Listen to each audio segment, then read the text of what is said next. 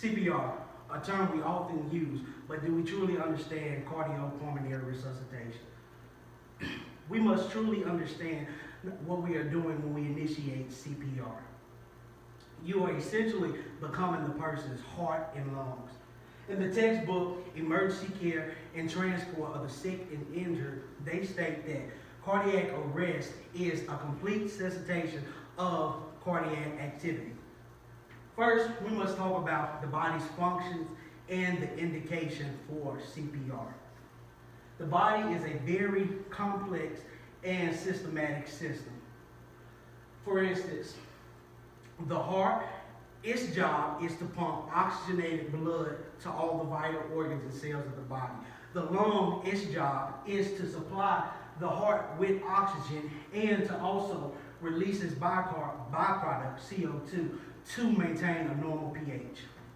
When these two functions are no longer operating, that is the indication for CPR. Now that we understand the when, let's discuss a little bit more the how. CPR is very simple, it's very easy to do, but it must be done with precision. For example, call this 2016, 2015 BLS guideline, Advanced Cardiac Life Support Provider Manual.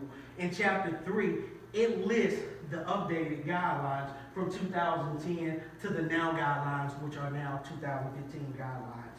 And it states that chest compressions should be done at a rate of at least 100 to 120 per minute. If you do compressions at a rate faster than 120, this will not allow for the heart to completely refill, and it will cause a reduction in perfusion.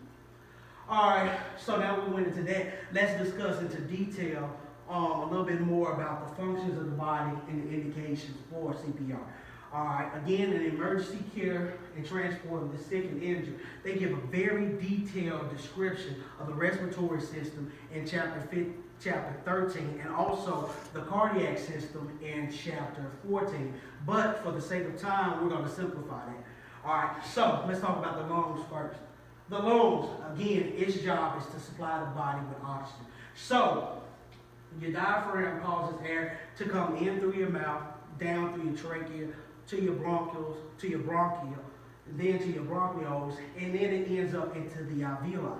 Now, when it reaches the alveoli, that's where gas exchange takes place. So when the air reaches the alveoli, it causes oxygen to pass through the blood-gas barrier and to bind to the red blood cells and the hemoglobin.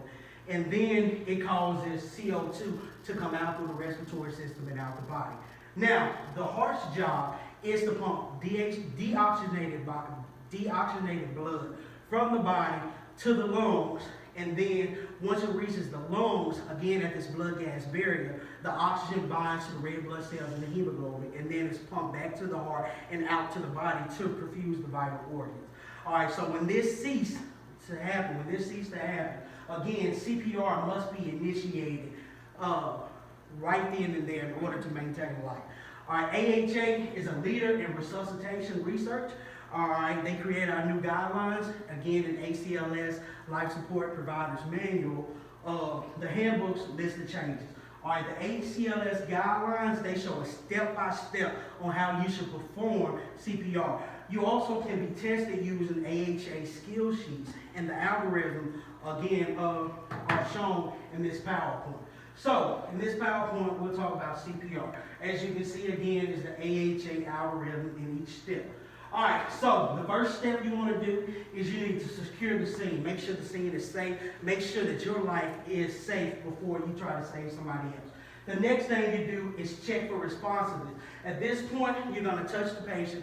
You're going to say, sir, ma'am, can you hear me? You're going to look, listen, and feel to see if the person is breathing. And then you're going to activate the emergency response system by telling someone to call 911 and to go get the AED. All right, the next step, again, like I said, you're going to check for breathing and circulation, look, listen, and feel, check for a pulse, and then you're going to start compressions at a rate of 30 compressions to every 2 breaths.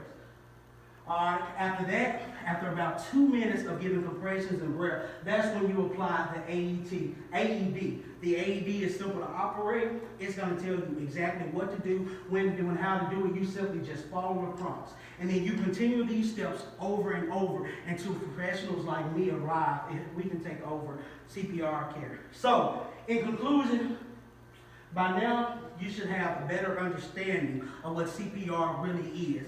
All right, so when performing CPR, we are actually aiding the respiratory and the circulatory system. All right, following the steps, the training, and the methods of AHA can help increase survival of a victim. So remember, life always matters. Thank you.